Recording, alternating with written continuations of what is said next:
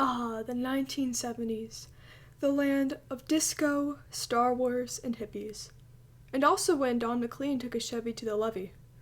Unfortunately, the levee was dry. Hello, I'm Casey Comerford. If you don't know me, that's okay. All that matters is that you know who Don McLean is and why I think that he should be studied in future American literature classes. And by the way, all of the sources that I used is pulled from Genius.com and Spotify.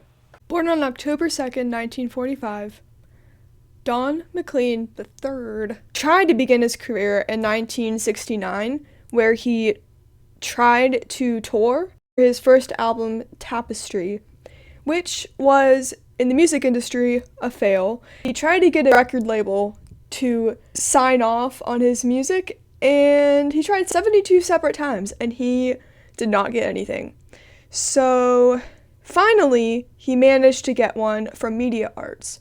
And with them, he made his most popular album in 1970, American Pie, which, I wonder which song is part of that.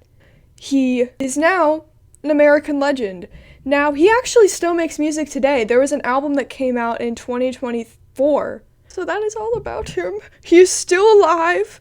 He is still making music. He's still touring. I saw that you can get tickets. He's still playing his guitar, guys. The reason why I find American Pie to be actually it's so perfect for anybody learning about American literature, because American Pie is about Don McLean's life growing up and him watching his different idols go through horrific experiences. Like, one of them, his name was Buddy Holly, and he went through a plane crash, and he was one of his inspirations as a music artist, and so that is the reason why the music died in the song.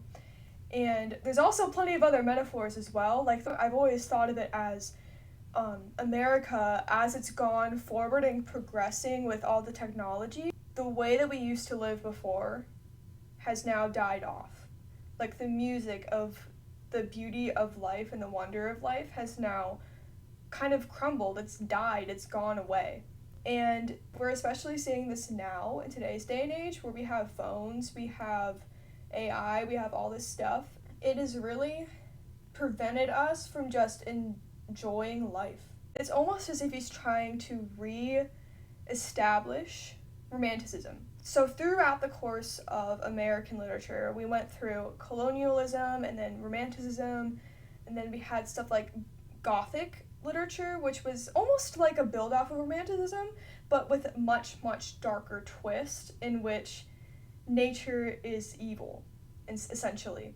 So McLean's second most famous song, Vincent, about Vincent van Gogh, actually. I would have actually never have guessed, even though literally the chorus is Starry, Starry Night.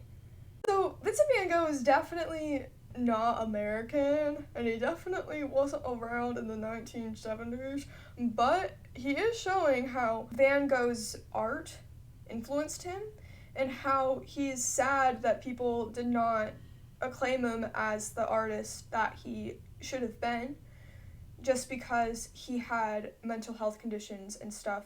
I think that this song is significant, and it also still fits the romanticism. It's leaning a little bit more towards Gothic because it's talking about more darker elements. However, he is making the scenery of the Starry Night so beautiful. Like, typically romanticism isn't that sad. He's talking about the innocence of this man's life, how he reflects into his own heart and his own soul. His third most famous song, called And I Love You So, the lyrics in this song talk about how he is in kind of a deep, sad rut. Like, life is loveless without you, basically. But with this person that he's with, she just makes him happy. He sets his spirit free. And that's like nature and romanticism. This is like the relationships within romanticism. And I would say that this, combined with all of his other songs that I mentioned, I'm noticing in these songs a call out from the depths of Gothic culture, of the darker nature, and calling people out into the light, into romanticism. Out of the postmodernism, out of the Gothic, out of the realism, out of these darker elements. Let something that's bright and beautiful and full of light and love and happiness and joy, that uplifts your spirit, that brings the music back, that fills the levee with water, you know? And that's literally like a summary of what American Pie is, of reminiscing on the beauty that was once there and wishing that it was back. So yeah, I hope that you learned a lot about Don McLean. So yes, I had a lot of fun in American literature, and I'm glad that I got to present on somebody who I think would be a good addition to the bookshelf of American literature in the near future. Goodbye!